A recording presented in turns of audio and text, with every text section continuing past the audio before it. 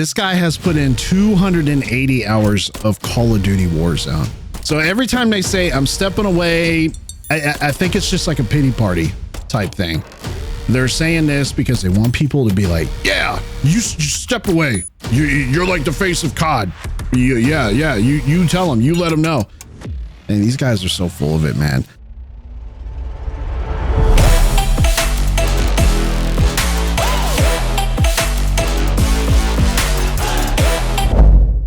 Hey, these content creators, man, I'm telling you what, there's something special, aren't they? Like some of these high-end content creators talking about, I gotta take a break from Warzone because it's broken and all this other stuff. I'm like, yeah, well, you know what? Get in line, man. Everyone else is starting to do it too. Yeah, they're bringing awareness to it, and you know, they're in a place where they got a pretty big microphone. I understand that much, but it's just something about it that bothers me. And I figured, you know what? Let's make a video about it.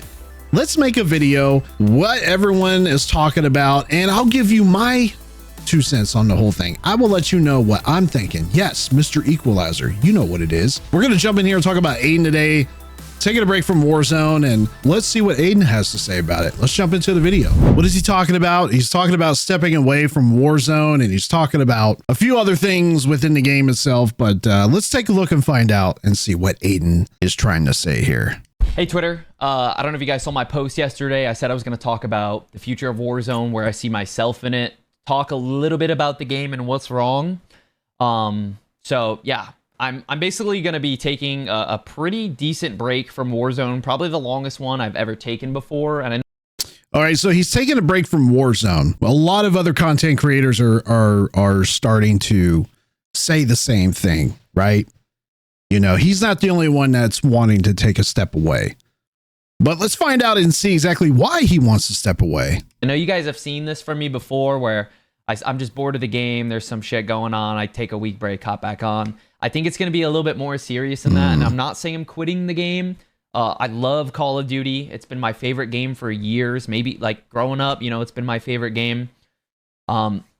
But right now, there's just no communication from Call of Duty. The state of the game is probably the worst it's ever been. All right, so no communication from Call of Duty, right? Yeah, that is the case. Call of Duty has been very poor as far as the communication goes. Everybody knows this. The state of the game is actually pretty bad, and I've said this before on many of my live streams.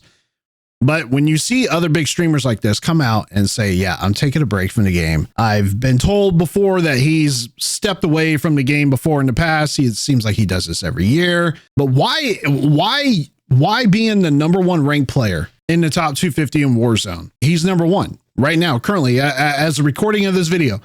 He is the #1 ranked player in the world. Why would you step away from that?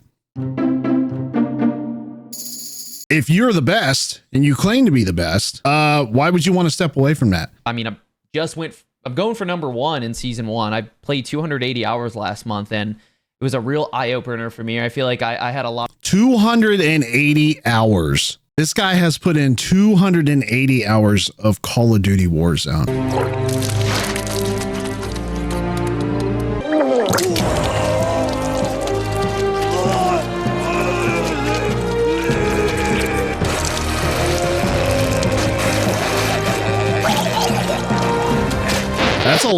That's a lot of days streaming. That's a lot of grind. That's a lot of just time that a lot of people don't have. This is your job. This guy makes money. This is what he does. And now all of a sudden he wants to step away from it. This guy and some of the other bigger content creators, they are the face of Warzone. Let's continue on, shall we? A lot of time to see how bad the game really is. And I'm just trying to be, you know, a platform for maybe the people that can't talk, maybe the casual players that don't have a voice.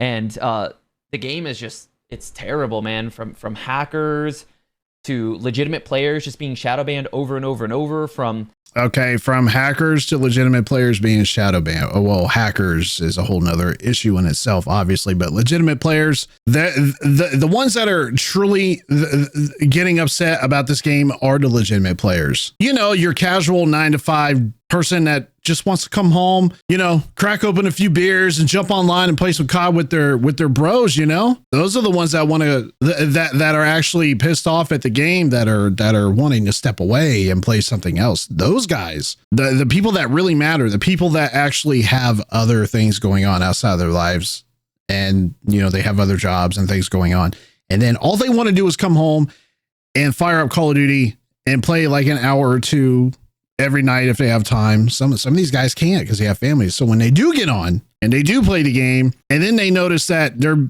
being totally shit on by hackers, cheaters, and just illegitimate players, those are the people that I would be concerned about, them leaving the game. These content creators, I'm not worried about you leaving Call of Duty. And I'll get into that after the video. Every single thing about the game being bugged, feels like nothing even gets tested. There's just no communication from Call of Duty. It feels like a spit in the face. It feels like they don't even acknowledge all the stuff that's happening. So I'm going to be taking a break. I'm still number 1 right now in season 1. I'm not going to be playing any more of this season, probably next season. Okay, I got to pause there for a second. So he's not going to play any more this season until he goes into season 2. I don't believe you. Like I said at the beginning of the video, this is their job. This is what they do. This is how they make money. Their entire audience is built around Call of Duty. They're not going anywhere. And when they say that, it ain't for very long. Unless they fix a lot of this stuff. And the next time you might see me play Warzone is in Verdansk. And this is excluding, you know, maybe sponsored streams because I'm already contractual. All right. So Verdansk isn't going to fix the problem with Call of Duty. I just want to point that out there. It's not going to fix the problem. If you don't fix the underlying conditions of what the main causes of the reason why people are leaving this game, if you don't fix that, Verdansk isn't going to, it's not going to be the end all and be all to end all the problems that you have. Actually obligated. So I might play then. But besides that, I'm not going to be, you know, promoting the game, and I'm not going to be buying bundles. I really encourage you guys to do the same. Not buying bundles. I'm trying to take a stand and hope it's for the better of the game, man. There's a lot of other creators that are doing this as well. I'm going to talk a little bit more about it and go into more specifics at the link down below. I'm going to be streaming all this and talking about it. So thanks for hearing me out, guys. All right. So, yeah, about that. The more I keep hearing about how shitty Call of Duty is, the more I feel like I have to speak out about it and make these types of videos, because it just really tweaks my melon when people like this. And again, I don't know Aydan from Adam. I've never met the guy, never played with the guy. I'll probably never will. Knock on wood or whatever. But these guys say it all the time. Happens every single year, right? Especially like I said with this guy. Apparently he said it last year. It's taking some time away. He's gonna, you know, reflect on yada yada yada, blah blah blah blah blah, whatever. It's the same stuff every time. But I'm telling you right now, all these guys that say that, their whole entire core audience, the whole entire community that has been built on their channels has been 100% from Call of Duty. This guy over here, he ain't going away for very long. He mentioned something about like obligated to do sponsor streams. All right. I don't know what his contract obligations are, if he does have any, whatever. But see, then again, in itself, contracts that he has with other sponsorships to play Call of Duty, that's another reason why he's coming back. So every time they say I'm stepping away, I think it's just like a pity party type thing. They're saying this because they want people to be like, yeah, you step away. You're like the face of COD. You tell them, you let them know. And these guys are so full of it, man. This guy's going to step away for like a couple days and he's going to come back because, again, if he's not streaming Call of Duty, he's going to lose half his audience. If this guy decides to go play something else, and not just him, I'm talking about other major content creators that have been saying similar stuff. They'll quit COD and then they'll go play Marvel Rivals. They'll go play MW2, MW3. I've seen MW3. Well, maybe not MW2, MW3. That's what I've been seeing. They always say the same thing all the time. If shit goes south, they don't like it. They say, like, oh, I'm out of here. I'm leaving, and I'm not coming back until season 2. Oh, please don't go, please. I don't think Call of Duty gives a about what you think in a sense, because if they did, they would have fixed the issue already. It would have been fixed. It would have been solved. And then we wouldn't be sitting here today talking about how bad hackers are. And I'm sorry. Have you seen this guy's gameplay? I don't shoot like that. I don't play like that. I can have the same exact settings as this guy, and I still don't play like that. I still don't shoot as straight as he does. I can have the exact PC specs that this guy has, and I will never shoot as straight as he does. That is such a shit. Okay? Have the same loadout as he's got, same attachments, same gun, same everything, man. 100% to the T.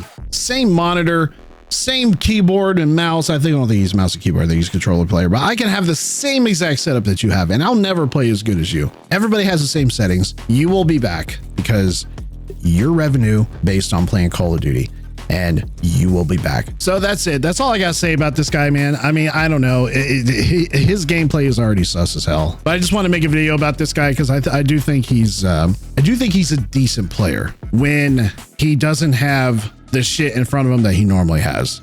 So when he's on LAN, I mean, let's be honest. When these guys are on LAN, they don't perform very well. They just don't. I don't believe him. I don't believe any of these content creators. I think it's just something. I think it's a pity party they want to throw, and they want people to feel sorry for him, and they want people to agree and say, "Yeah, man, you go, girl." So tell me what you think. Do you think Aydan is full of shit, or do you think he's actually got something going for him?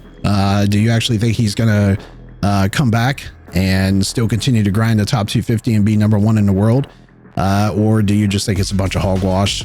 Just let me know your thoughts in the comment about this whole entire thing that we just watched here today. Make sure you like the video, subscribe to the channel, and if you want more content like this, again, let me know in the comments, man. Thank you for so much for checking out this video, and we'll catch you on the next one.